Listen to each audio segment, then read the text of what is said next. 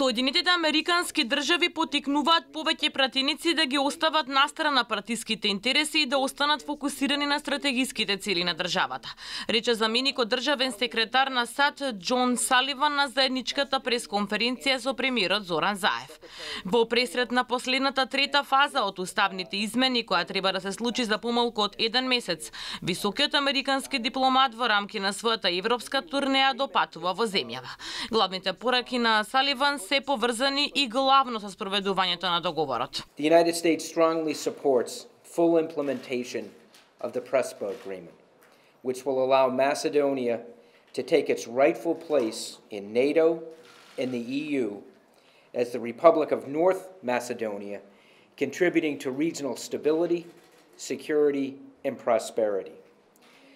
We are committed to the security and stability of Southeast Europe, and Macedonia is a key part of that stability. Indeed, we see Macedonia as a leader in the region in its commitment to peace, stability, and cooperation.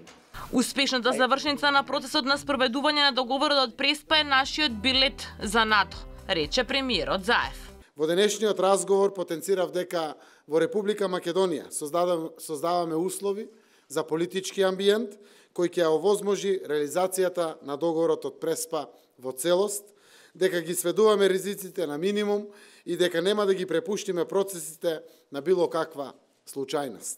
Саливан пак, одговарајќи на новинарски прашања, рече дека не изненадува руското влијание во Македонија, поврзано со договорот за името, споменувајќи го и вмешувањето на Москва во американските председателски избори во 2016 година.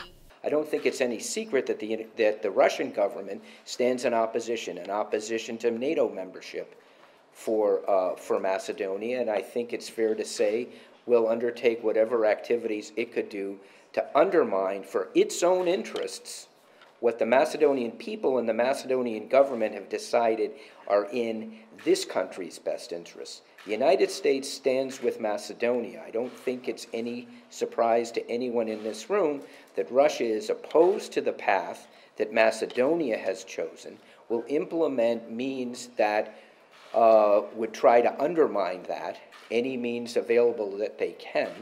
Инаку ова е втор пат заменик американски државен секретар да дојде во Македонија. Првиот пат тоа се случи во 2001 година. Саливан пред владата го пречека министерот за надворешни работи Никола Димитров, пошто тој се сретна и со македонскиот премиер.